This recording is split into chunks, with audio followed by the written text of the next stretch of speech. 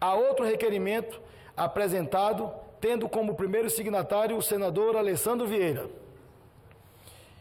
O requerimento não contém o número de 27 assinaturas.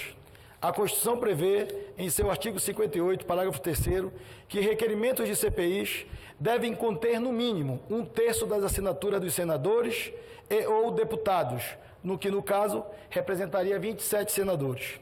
O requerimento, apesar de ter sido apresentado com 27 assinaturas, sofreu 2 retiradas, chegando a 25 signatários, e assim deixa de atender ao que exige a Constituição. Enfim, deixa de ser lido o requerimento por não conter o número de 27 assinaturas, como determina a Constituição Federal no seu artigo 58, parágrafo 3º, e o Regimento Interno do Senado Federal no seu artigo 145. Determino que o requerimento vá para o arquivo. Olá, meus amigos. Essa instalação da CPI do Judiciário acaba de ser sepultada, mas pode vir a ocorrer uma outra novamente. Mas essa, o senador Alessandro Vieira fez muito bem fundamentado, fato determinado, e precisaria de 27 assinaturas. Aqui no rodapé está a lista de todos os que assinaram. Mas, na hora de ler o requerimento, o Tasso Gereissati, lá do Ceará, e aquela outra traíra lá, Cátia Abreu, vice do Ciro Gomes, esperar o quê disso, né? Lá do PDT de Tocantins, pularam fora e, por hora, a CPI foi arquivada. Agora, dentre as pessoas que assinaram, dos 81 senadores, o senhor Flávio Bolsonaro não assinou. O Major Olímpio do PSL assinou, o Jorge Cajuru, uma porção de gente, o Alessandro Vieira, que é o próprio autor, né? Até uns comunistas aí, Cid Gomes assinou, uma porção de gente. O Regufe assinou.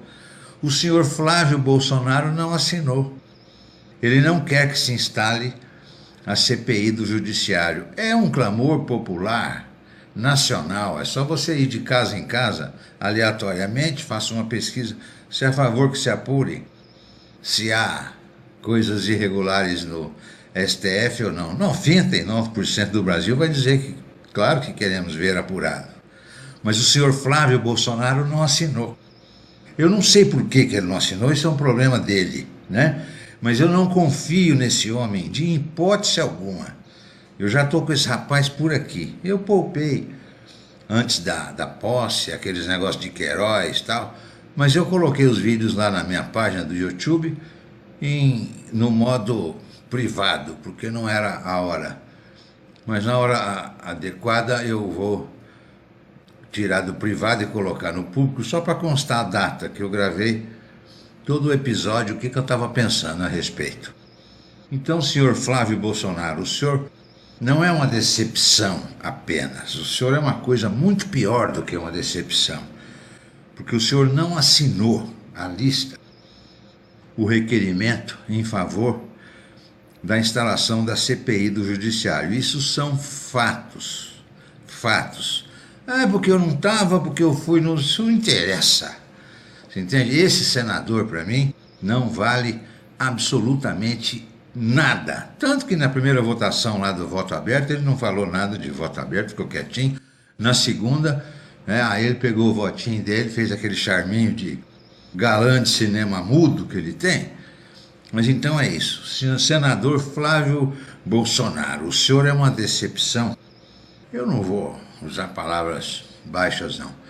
Mas eu não confio no senhor em hipótese alguma. Naquele caso lá de Queiroz e tal, eu não confio em você. E você é uma decepção. Você desonra todo esse eleitorado que votou no Bolsonaro a fim de mudança. Você acabou de desonrar a todos eles. A sua palavra, para mim, tem o mesmo valor de uma minhoca. O que é que você realmente pretende com essa proposta de CPI? É notório que nós temos problemas no judiciário nas suas altas cortes. Aqui na primeira instância as coisas funcionam com a velocidade possível. É o juiz que enfrenta de verdade o dia a dia. Cumprindo metas do CNJ. Cumprindo metas, altamente fiscalizado pelo CNJ, exatamente, altamente cobrado pelo CNJ. Mas quando você sobe para os tribunais superiores, onde a indicação é política, você tem problemas muito graves. Você tem a diferença de tratamento imensa entre casos idênticos, casos que demoram anos, outros que demoram horas. Você tem o descumprimento do princípio do colegiado, você que é da área sabe bem, o cidadão talvez não entenda. Quando um tribunal decide, seus membros têm que seguir esse entendimento. A gente não vê isso no Brasil. Senão você gera loteria. Se você for sorteado para o ministro X, você tem sucesso, para o Y não. A gente tem que mudar isso. A gente tem a questão do emprego do pedido de vistas e outras estratégias processuais de uma forma abusiva, obstrutiva, impedindo a prestação da justiça. E você tem vários exemplos. O mais clássico, assim, comum agora, e que teve atenção, foi a retenção do processo que analisava o auxílio moradia. Perfeito. Luiz Fux segurou por 4 anos e meio, a um custo de R$1 bilhão por ano. Após uma negociação salarial com o executivo, ele cancelou a própria liminar, mas não colocou para julgamento o processo. Até agora não foi. Esses casos se repetem, são vários casos. E, por último, a questão de você ter ministros que exercem atividade econômica, que têm remuneração de fontes que não estão previstas na LOMAN, na Lei Orgânica da Magistratura Nacional. Um magistrado só pode ser magistrado e professor. Esse é o limite. O ministro Gilmar Mendes estaria... É um exemplo clássico de um grande empresário que movimenta milhões, recebe patrocínios milionários de partes interessadas na ação do tribunal, que ele por várias vezes já foi figura preponderante. É um dos casos. O que nós fizemos no descritivo da CPI foi elencar exemplos e estruturar esses casos. Recebemos o apoio de 26 colegas, totalizando o número regimental, 27 assinaturas. Já protocolamos, as assinaturas foram reconhecidas e já está apto para leitura pelo presidente Davi Alcolumbre. Eu li hoje no painel da Folha de São Paulo, você deve ter lido também, de que, olha, se o presidente, o Davi Alcolumbre, se ele tiver juízo, ele não abre a CPI. O roteiro, quando você faz qualquer ação que afeta o interesse de gente poderosa, é esse. Você começa tentando descredenciar, em seguida você parte para as ameaças. Já estamos rapidamente na parte das ameaças, avançamos rápido. A coleta das assinaturas foi rápida, a propositura foi rápida e a chegada das ameaças também. Estão alegando nesses offs patrocinados que o plano econômico do governo corre risco, que pode ter retaliações para pessoas que têm processo, mas ninguém se dá o trabalho de responder ao mérito. Você não encontra nenhuma frase, nenhum ministro questionando o mérito do que está sendo proposto. O judiciário precisa ter sua caixa preta aberta. O cidadão tem que ter acesso à informação correta para que a justiça seja a mesma para todos. A mesma para o Gilmar, para o Alessandro e para o seu João, lá na ponta da asa. Tem que ser a mesma. Olha, a CPI tem que ter um fato determinado para ser proposta. E a CPI proposta para Alessandro não tem esse fato determinado? É uma análise. A gente entende que sim, o fato determinado existe. Está elencado em 4 tópicos. Nós temos uma situação que o Rui Barbosa, que é o patrono do Senado, já mencionava: a pior ditadura que você pode ter é a ditadura do judiciário, porque contra o judiciário não há quem recorrer. Quem vai dar a palavra final para dizer se existe ou não vai ser justamente o judiciário. A gente espera que eles tenham a atenção e a compreensão da importância do momento em que a gente vive. E a transparência tem que atingir a todos, ela não pode ser seletiva.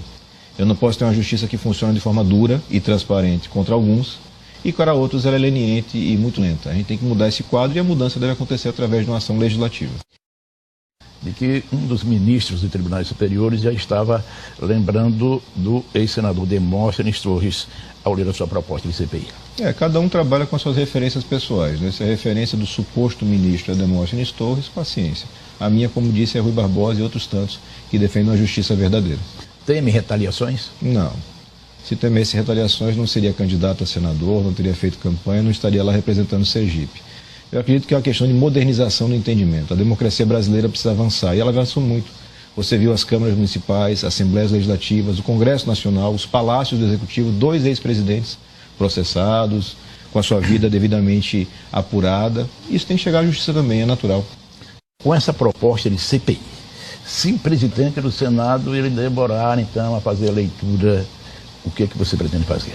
Ele vai seguir aquilo que o regimento e vai cobrar o cumprimento do regimento. O que pode acontecer com um pedido de CPI dessa natureza? Ele já cumpriu os requisitos.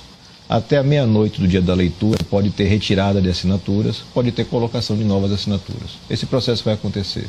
E é um direito de cada senador fazer um juízo, de repente se arrepender, ouvir esses apelos via off, ouvir a solicitação de ministros diretamente e mudar disso. Esses senadores e senadoras vão responder para o seu eleitorado, sem problema nenhum. Eu acredito muito em cada um cumprir, Gilmar, a sua parte. Como você faz? Em toda a sua carreira, nos seus programas, sempre usou o seu posto de poder para fazer o máximo. Exato. É o que eu estou fazendo no Senado também.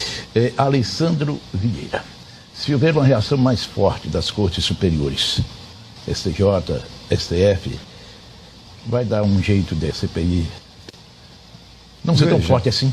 A gente não há nenhuma possibilidade de interferência naquilo que está no meu controle. Então, a minha ação não sofre interferência de ninguém, seja de Supremo, seja de quem quer que seja. Com relação à CPI existir ou não, você tem vários atores envolvidos. Ele não controla isso. As decisões são de colegiado. Então, é possível, sim, que você tenha interferência, que você tenha pessoas que façam uma análise diferente da minha. Mas no que depender da minha ação, vai ser feito tudo como deve ser feito.